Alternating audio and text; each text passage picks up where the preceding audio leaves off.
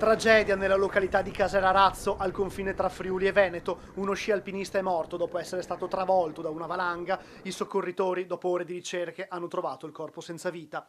Continua l'allarme in Friuli Venezia Giulia. Due slavine, quasi in contemporanea, si sono staccate dalla parete della montagna. 6 in tutto le persone rimaste coinvolte.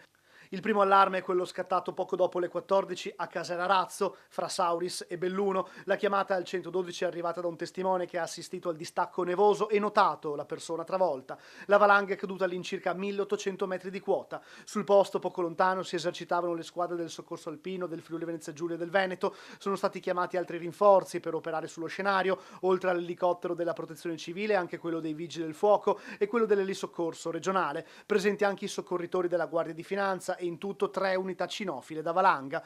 Le ricerche, dopo alcune ore, hanno portato alla drammatica scoperta. Poco dopo la prima chiamata, ecco la seconda per un'altra valanga a Sella Nevea, a circa 2000 metri di quota lungo l'itinerario di sci alpinismo che conduce da Sella Ursic alla Conca Prevala. La massa di neve ha travolto uno sci alpinista facente parte di un gruppo di 5, a quanto sembra di nazionalità slovena, dato però non confermato. La persona è stata estratta dalla neve dai compagni di escursione, era cosciente ma traumatizzata e in ipotermia. È stata stabilizzata dal secondo elicottero sanitario dell'elisoccorso regionale e trasportata a Sella Nevea. Consegnato all'ambulanza, lo sci alpinista è stato portato all'ospedale di Udine.